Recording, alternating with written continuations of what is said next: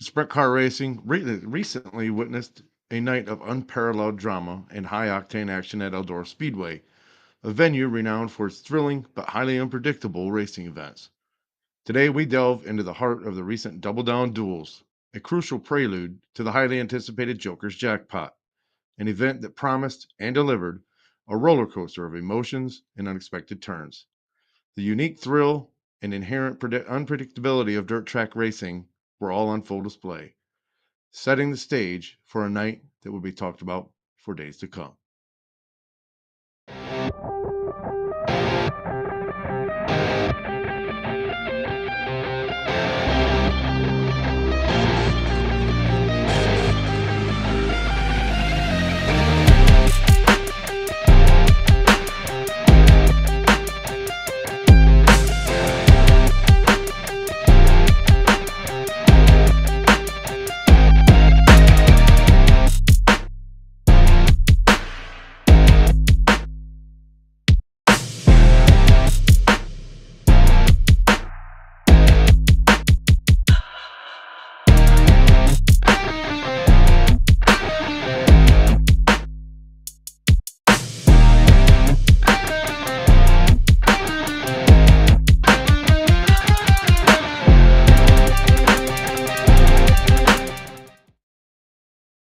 The Joker's Jackpot kickoff, well, the high stakes double down duels in the heart of Ohio last night at Eldora Speedway. It marked the commencement of the Joker's Jackpot, prestigious event offering a staggering 100,000 to win to the driver that can come out on top. This high stakes competition is a highlight on the sprint car calendar, drawing immense attention and a deep field of talent. The action kicked off with a split field program, a format designed to maximize track time and competitive opportunities for the 62 cars on hand. This setup involved two distinct sets of qualifying, heat races, and feature events, with points on the line in each. The accumulation of these points was critical, as they directly determined the starting positions in the coveted lock-in spots for tonight's main event. This strategic layer added significant weight to every lap run on Wednesday, transforming it from merely a preliminary night into a fiercely contested battle for prime positioning in the ultimate showdown. But weather's uninvited arrival, well, wasn't the greatest thing. The track's treacherous transformation, pre-race concerns over the weather proved to be well founded, as a brief but exceptionally heavy shower swept over Eldora, causing a delay in the program. This wasn't merely a temporary pause. The rain fundamentally altered the track conditions, making things sketchy, as as has been observed at Eldora whenever weather intervenes. Before the downpour, the track had shown promise, widening out with potential for both the top and the bottom grooves to be competitive, offering a surface that was slowing down yet retaining enough moisture for close racing. But however, the post-rain transformation was dramatic. Eldora's signature high wire act at the top of the speedway became the dominant, albeit perilous line. The cushion, which drivers often lean on for speed, became dense and choppy, demanding an extraordinary level of skill and bravery to trace with precision at high speeds. Crucially, a significant bump developed in turn one, rendering that section of the track incredibly treacherous. This specific dramatic shift in racing strategy was a direct consequence of the weather, forcing drivers into a single, dangerous line and amplifying the risks associated with the already challenging turn one. Eldora officials commendably worked to restore the track efficiently after the shower, but the stark contrast in racing action before and after the rain was a fascinating spectacle. But early carnage, well, the price of pushing the limit comes with the cost. The transformed track conditions, particularly the treacherous bump at turn one, exacted a heavy toll on several competitors. Multiple drivers experienced significant crashes, including Gio Scelzi, Justin Peck, Chase Dietz, and Darren Nida. These incidents were not random occurrences, but a direct consequence of drivers hitting the turn one bump incorrectly or attempting to run the sketchy top groove right up next to the wall. The severity of these wrecks underscored the extreme dangers inherent in pushing the limits on such a demanding surface. Amidst the chaos, there was immense relief that all drivers involved were able to walk away from their cars. A notable moment of quick thinking occurred during Justin Peck's crash, where Tyler Courtney skillfully managed to turn his car down in time, preventing heavier contact and potentially more severe consequences.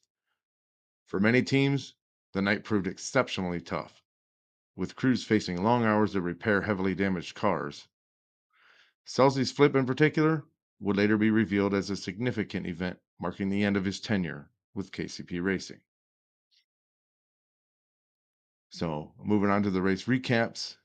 Well, feature one was Aaron Reisel's masterclass on a monster track. This feature event actually saw obviously Aaron Reisel emerge victorious, but it also showcased a masterful performance on the challenging Eldora surface.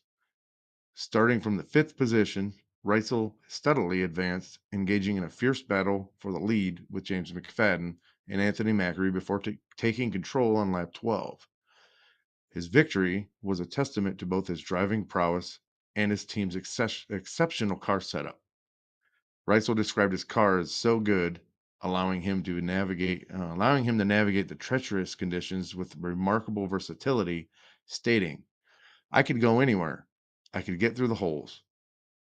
He also revealed a prescient track understanding of the track, having told his crew before the race that he anticipated the need to enter way above the cushion. This foresight and strategic planning actually allowed him to exploit the track's unique demands. Despite enduring multiple caution and red flag situations throughout the event, Reitzel remained unfazed at the calamities surrounding him due to his superior handling race car. He candidly admitted to a moment of lapse where getting lazy one lap almost resulted in a crash, highlighting the constant, intense focus required even with a well prepared race car on such a punishing racetrack. His ability to maintain surgical precision while tracing the treacherous cushion at hammer down speeds was a hallmark of his performance. But beyond Reisel's dominant win, other drivers also demonstrated exceptional skill in the demanding conditions. Logan Schuchart impressively moved up from his eighth starting position to secure a runner-up spot. Rounding out the podium was fast qualifier Kyle Larson, who climbed from ninth to third, further underscoring the ability of top-tier drivers to adapt and excel, even when track conditions are just terrible. Feature two, Corey Day's dominance and the shadow of disqualification. Well, the second feature event was also a display of sheer dominance by Corey Day, who piloted his car to a commanding victory from outside the front row. Day's performance was particularly notable as he overcame his struggles from the previous season at Eldora, where his best finish was actually 10th. He effortlessly blasted around the cushion and carved through slower traffic with remarkable ease and led all 25 laps. In Victory Lane, Day succinctly captured the essence of his commanding performance, stating, when you have a car as good as that, half-mile racing is easy. I don't think my left foot left the floor that entire race. So it makes your job really, really easy when you have a good car. This illustrates the critical synergy between a perfectly dialed-in car and a confident driver, allowing them to exploit treacherous conditions where others falter. However, the narrative of Feature 2 took an abrupt and dramatic turn immediately after the checkered flag. David Gravel, who had closed in on Day in the later stages of the event to cross the finish line in second, was subsequently disqualified during post-race tech inspection. This sudden turn of events, where triumph quickly transformed into controversy, set the stage for a major talking point in the racing community. The disqualification actually moved Tanner Holmes into the runner-up position from third, with Rico Abreu, Tyler Courtney, and Carson Macedo rounding out the top five. But the unfolding drama of David Gravel's disqualification, well, the bombshell announcement was basically second place vanished for him. The disqualification of David Gravel and the Big Game Motorsports number 2 team from their second place finish in feature number 2 actually sent shockwaves through the sprint car community.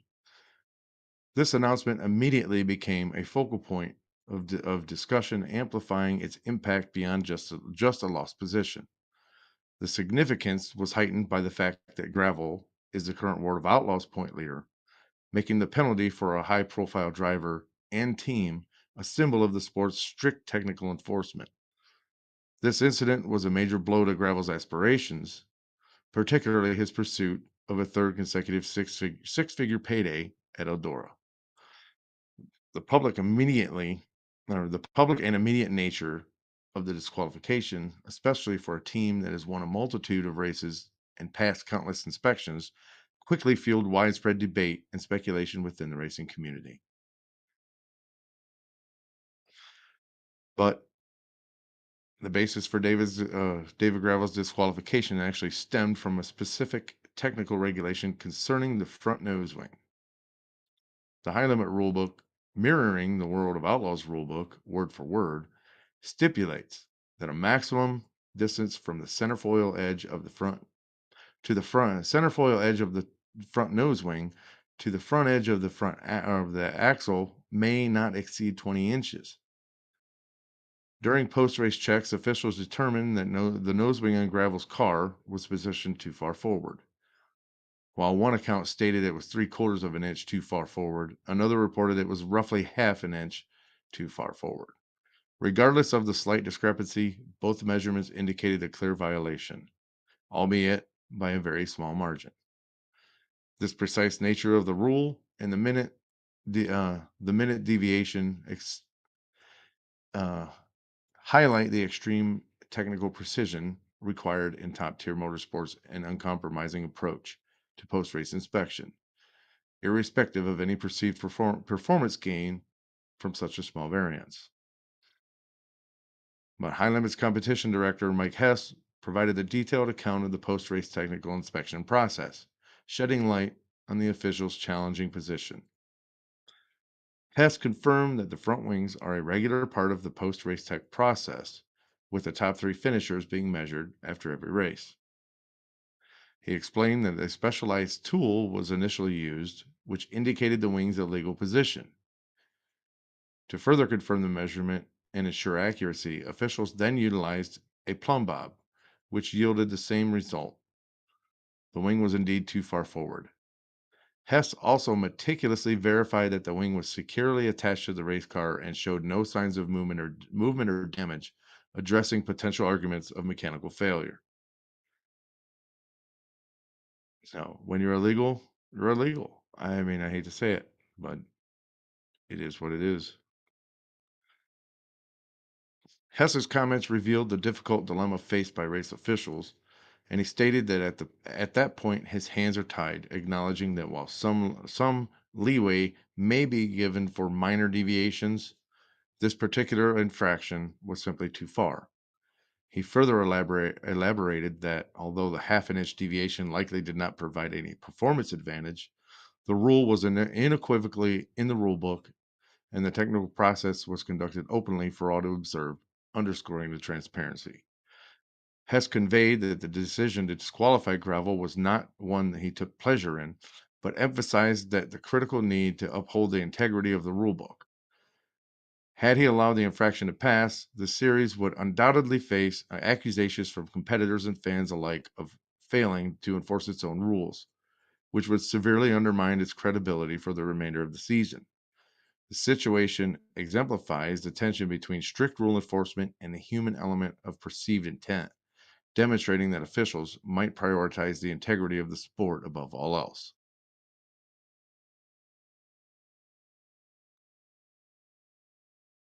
The disqualification naturally sparked intense frustration for crew chief Cody Jacobs and the Big Game Motorsports team.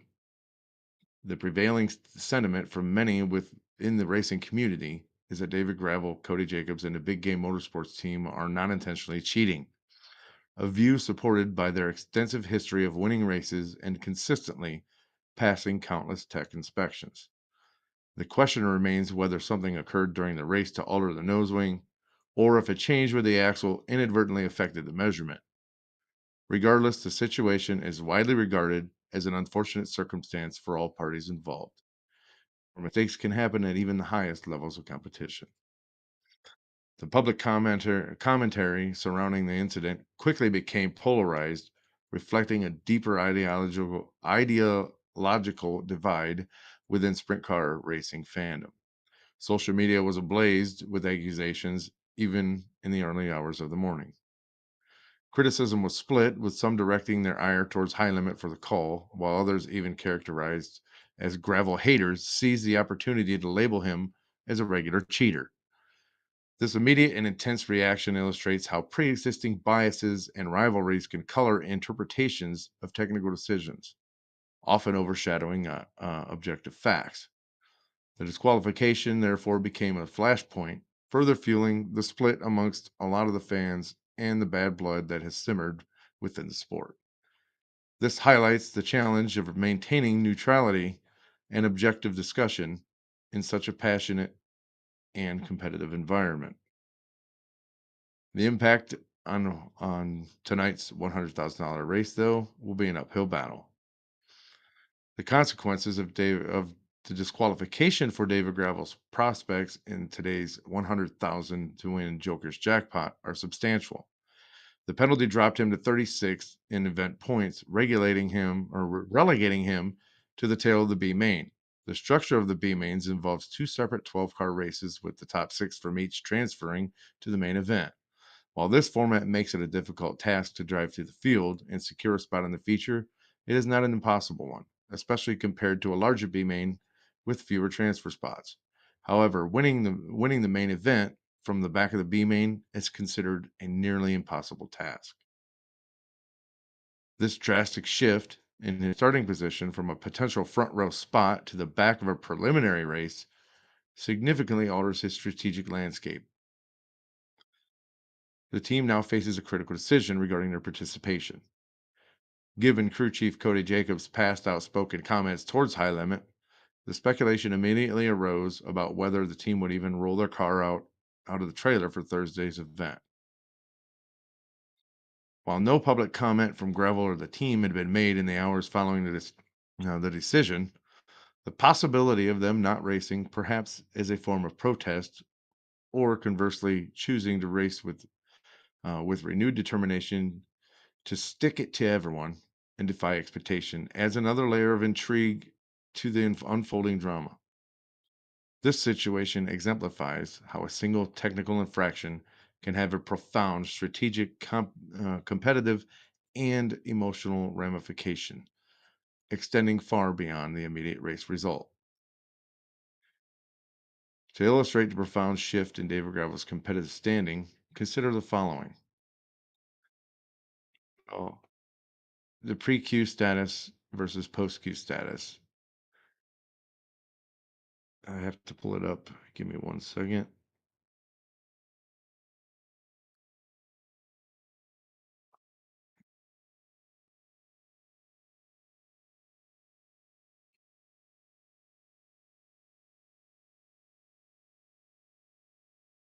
So, pre-Q status, the points high enough for a front row contention. Post Q status, well, 36. Starting position for a 100K feature, well, near the front. Top six lock in.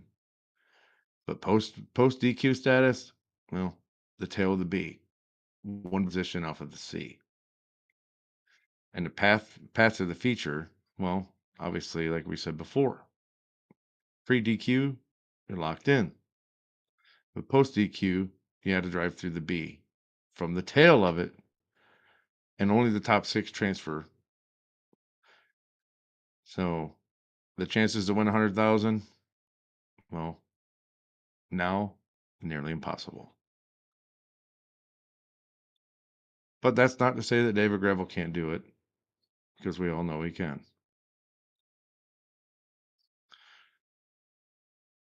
But beyond Eldora and the racing action there, other major headlines. Well, driver shakeup. Well, Gio Salzi parts ways with KCP Racing in a significant development outside of the Eldora feature results. Gio Salzi announced on Thursday morning today that he would be parting ways with KCP Racing effective immediately from the World of Outlaws tour. Selzy released a statement expressing gratitude to Matt, Brett, and all the partners for an incredible 5 years of racing, acknowledging that the team provided him with the equipment and support to elevate his career and compete with the sports elite. He also specifically thanked Adam Clark for being a part of the team since 2020. But however, Selzy's statement also revealed uncertainty about his next steps, noting, not really sure what is next.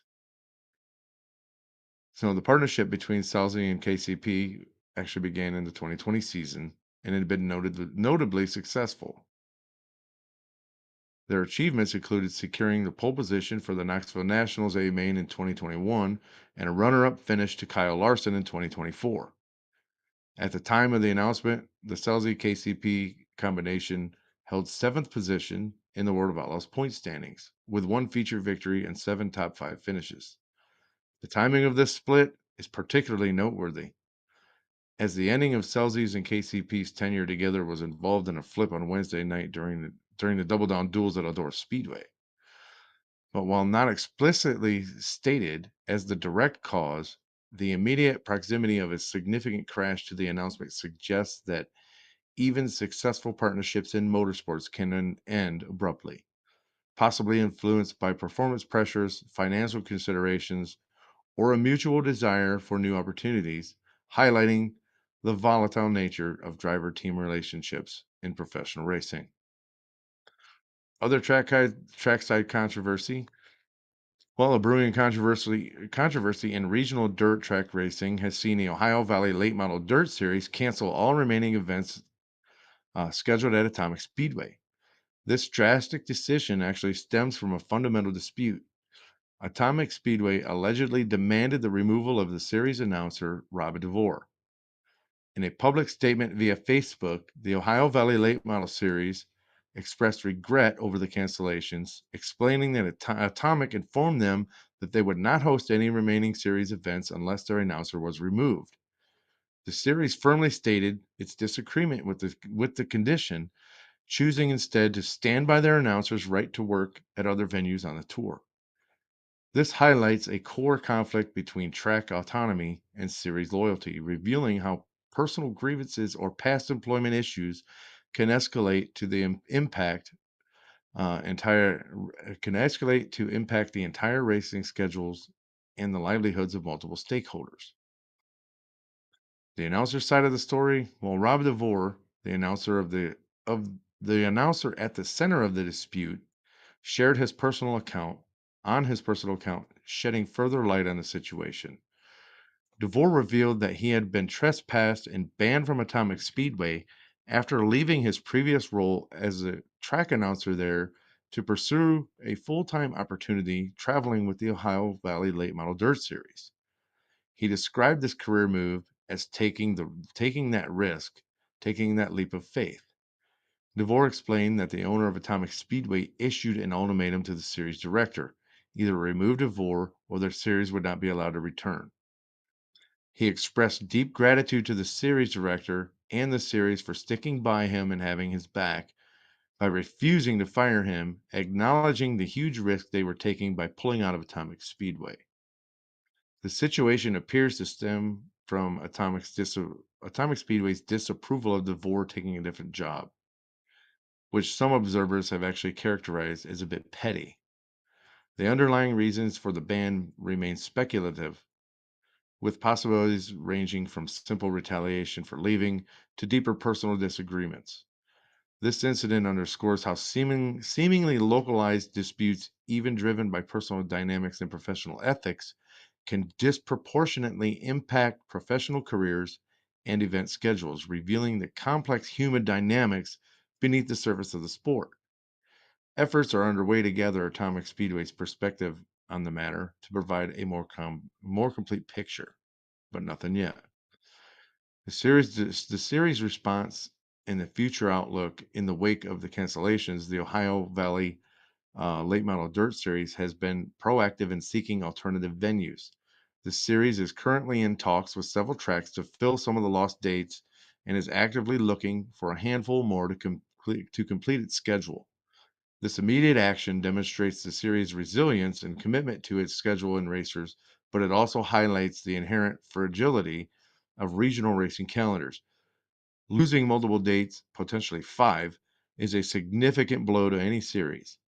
This situation illustrates how a dispute seemingly localized to an announcer can have widespread consequences for drivers, teams, and fans who rely on consistent uh, scheduling, underscoring the interconnectedness of the racing ecosystem and challenges of maintaining stability in the face of such disagreements. But my takeaways, well, actually, I think I put four in here. But my takeaway number one: the dynamic nature of dirt tracks and driver adaptability.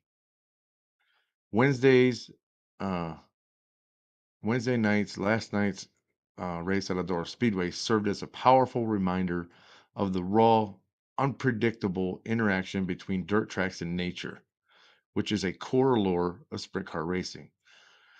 The sudden heavy rain fundamentally transformed the racing surface, creating a treacherous yet thrilling high wire act. Before the rain, the track offered multiple competitive grooves, but afterwards, it became a high risk, high reward challenge, particularly with the development of the notorious bump in turn one. The racing action witnessed before and after the downpour was completely different and fascinating to watch, showcasing the extreme adaptability and bravery demand of drivers. Top competitors Aaron Reitzel and Corey Day exemplified this, mastering the ever changing conditions with exceptional skill and precision. These constant flux in track conditions ensure that no two races are ever truly alike, demanding unparalleled focus and quick thinking from drivers and underscoring why fans are drawn to the sport's inherent unpredictability. Takeaway two: the unyielding scrutiny of technical compliance in high stakes racing. Well, with the disqualification of David Gravel, it takes a stand as a stark example in rigorous technical scrutiny prevalent in high stakes motorsports.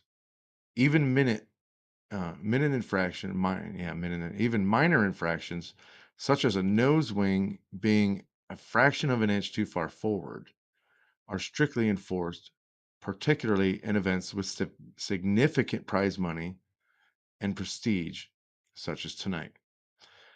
This strict adherence to the rulebook is deemed essential to maintain the integrity and perceived fairness of the series.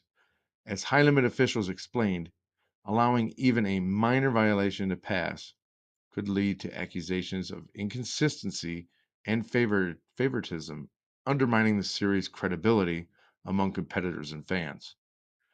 This creates a challenging situation for officials who must uphold the rules, even when the infraction seems minor or unintentional.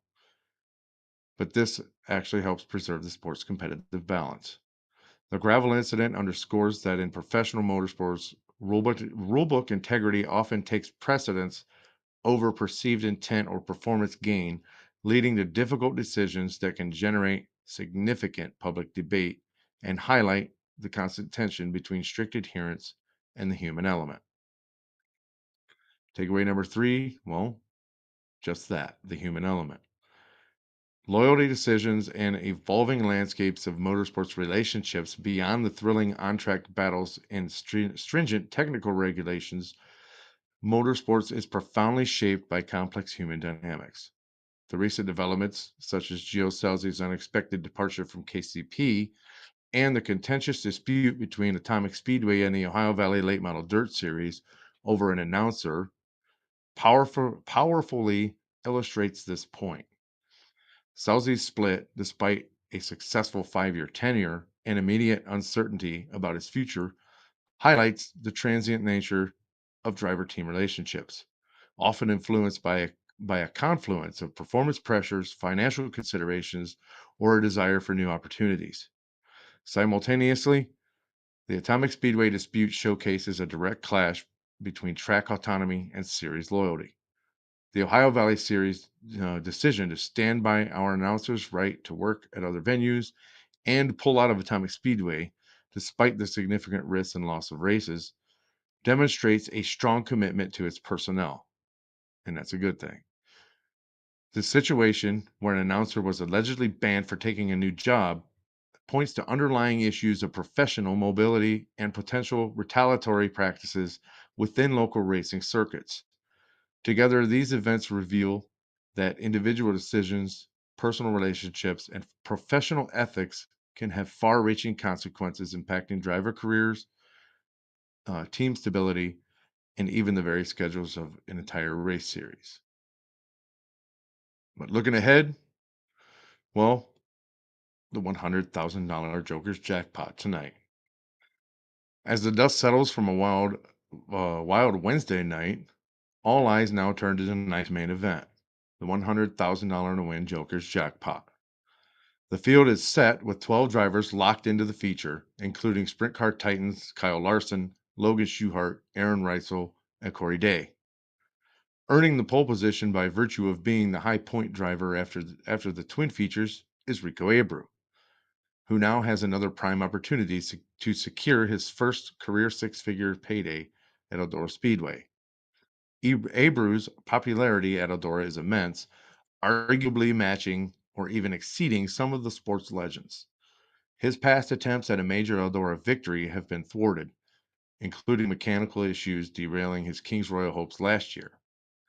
With Kyle Larson, a driver of unparalleled caliber, starting alongside him on the front row. Thursday's main event has the potential to be one of the most popular and memorable moments in sprint car racing history. The anticipation is further heightened. Oh, excuse me. The anticipation is further heightened by the live Fox Sports 1 broadcast, which begins at 7 p.m. Eastern tonight, requiring an efficient program to fit within its 2-hour window. This live national broadcast adds another layer of pressure and visibility, making it a must-watch event for sprint car enthusiasts around the world.